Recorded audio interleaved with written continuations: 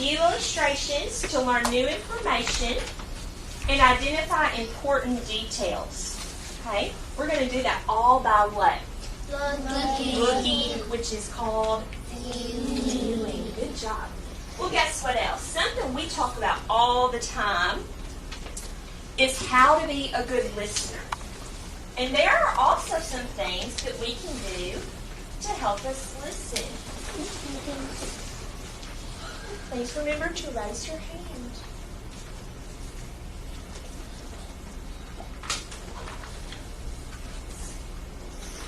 Okay, this poster is hanging up, and it's going to help us be a good listener. Okay, we're going to go over how to be a good listener. Okay, it says, I can be a respectful listener by facing the speaker, making eye contact with the speaker, and not fidgeting. What does it mean to fidget? Adolfo, what does that mean? Like moving your hands. Moving, that's right. Moving your hands, playing with your pencil, that's fidgeting when we're moving. Okay? So, we're going to talk about all these ways that we can show somebody that we're listening to them and actually listen. Did you know that you can hear something and still not be a very good listener? You can tell if someone is a good listener because they understand what they hear. And one thing that's going to help you be a good listener is when you can look at the person speaking, make eye contact with them, which means my eyes see your eyes if I'm the speaker and you're the listener, and you are not fidgeting. Okay, that shows that person that you're being respectful and that you're listening. Also, we talk about respect in our classroom all the time, that we treat each other the way we want to be treated. And you have to remember that if you're up speaking, that you want someone to be respectful to you and to listen to you. We also can understand what we hear. It says, I can understand what I hear. And the way that you do that, guys, is you have to pay attention to the important words, to the important things that you're hearing. Okay? You have to listen, look at the speaker, make eye contact, not fidget, okay? And understand by thinking about what's being said. It also says, I can listen to new information and identify the most important parts I hear. And that just means if you're hearing something new, that you can decide, you can be a critical listener, and you can decide what's important for me to remember and to understand in what I'm hearing. I put a picture up here to help us remember. What is this a picture of? Raise your hand, please. Samantha, what's that picture of? It's an old telephone. And they used to talk into this piece and listen with this piece. They would put it up to their ear and listen. Now, this kind of goes back to the way they used to live a long time ago, the early settlers. Did you know that phones haven't been around that long?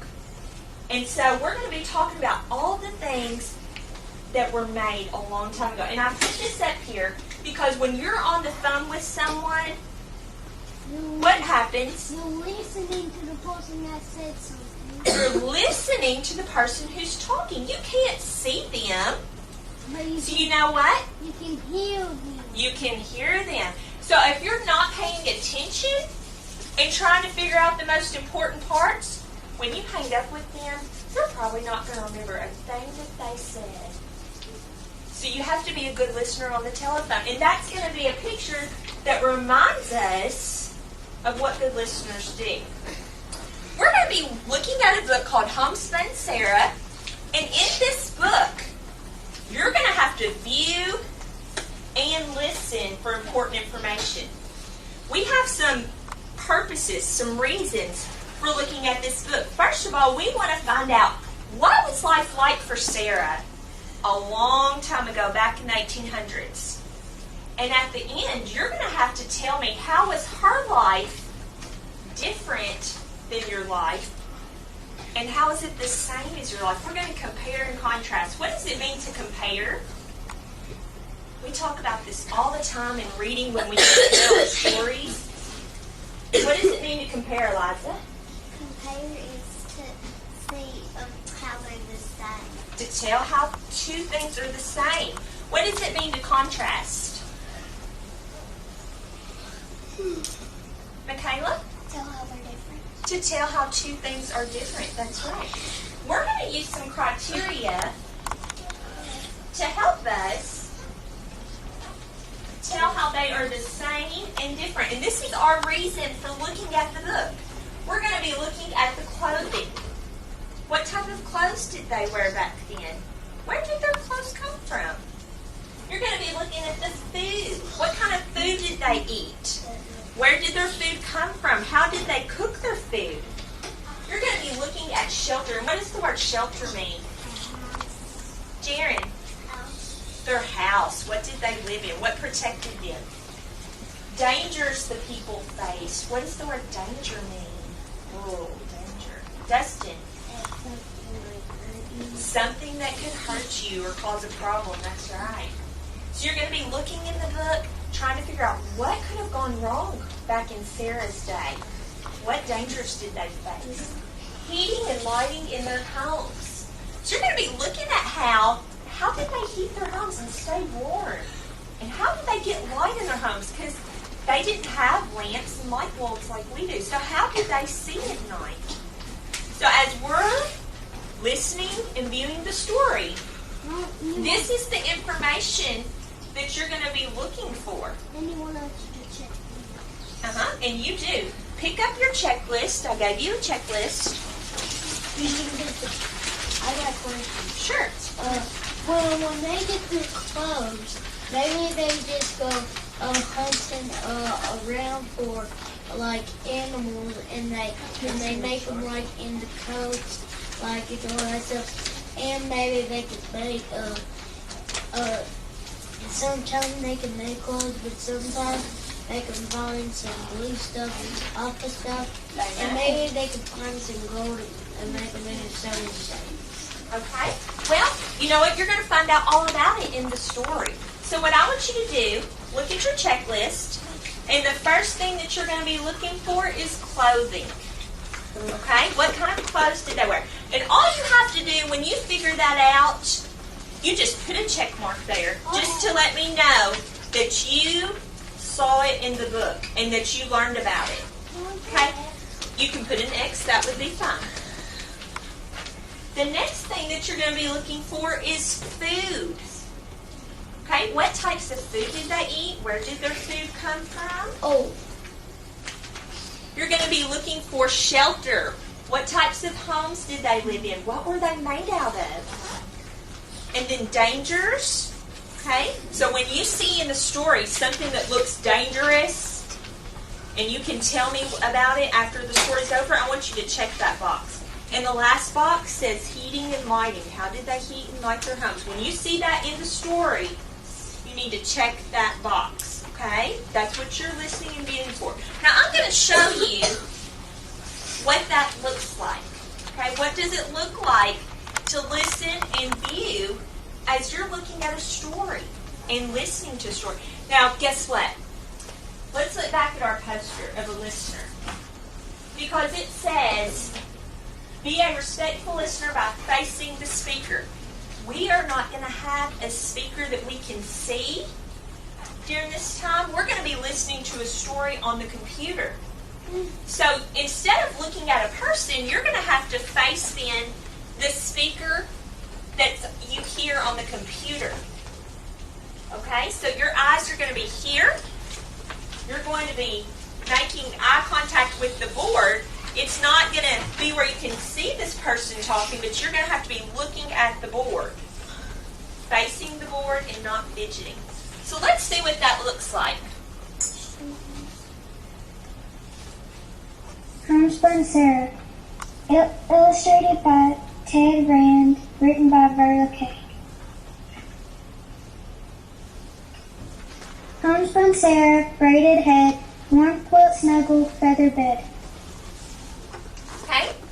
We just saw two quick pictures, 2 quick illustrations and heard the words. And you know what? I've already found some information that's important. Speak to inform. And when you speak to inform, you're going to give information. You're going to tell them what you've learned. Yes, ma'am. Information has the little word inform. It does. The word information has the little word inform in it, and that can help you remember that when you are informing, you are giving what? Information. Information. That's right. So you're going to be sharing what you've learned. You're going to be telling us about it. Not entertaining us, trying to make us laugh. You're not trying to persuade us. You're going to inform us. Persuade, that's when you convince somebody of something. And we do that sometimes when we write letters and things. Okay, so we're going to let Marina and Heather come up. Yasmin is absent today, but they are going to go ahead and present their scrapbook. Okay. This is our scrapbook, and it's by Heather, Marina, and Yasmin. And these are the pictures from the field trip we took, and it's about our field trip from the home place.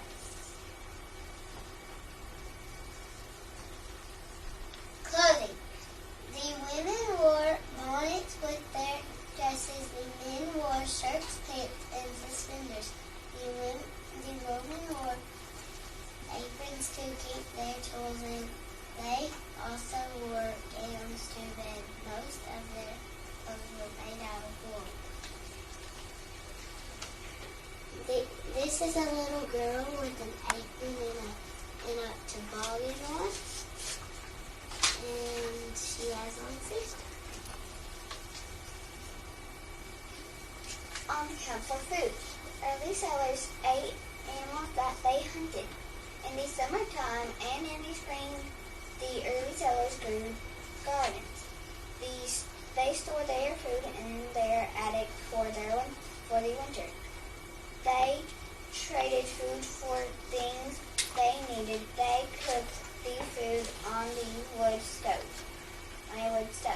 This is one of the type of animals they would eat, called buffalo. This is the garden they would grow. This is what a garden would look like when they grew in the summer and springtime.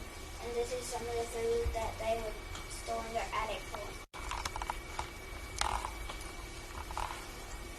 Shelter. Early settlers built their homes from logs that they found in the forest. The kitchen and living room were one room. Their homes were called log cabins. They did not have a lot of rooms in their houses, and they did not have an indoor bathroom. The kids shared rooms with their parents. This is a log cabin that they used to live in. Danger.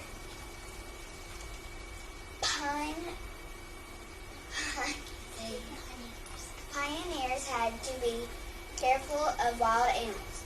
They had to be careful of not to have accidents with bulls and wagons. Fires could also be dangerous. If their house caught on fire, it would burn fast because it was made of wood, and wood burns fast. This is from the animals that could hurt them, and this is the fire that could catch their house on fire. You know, that reminds me of in Homespun Sarah when the mother's dress caught on fire. Heating and lighting. They had to use quilts and fire places to keep warm. They didn't have electric heaters like we do. They also used oil lamps to give light.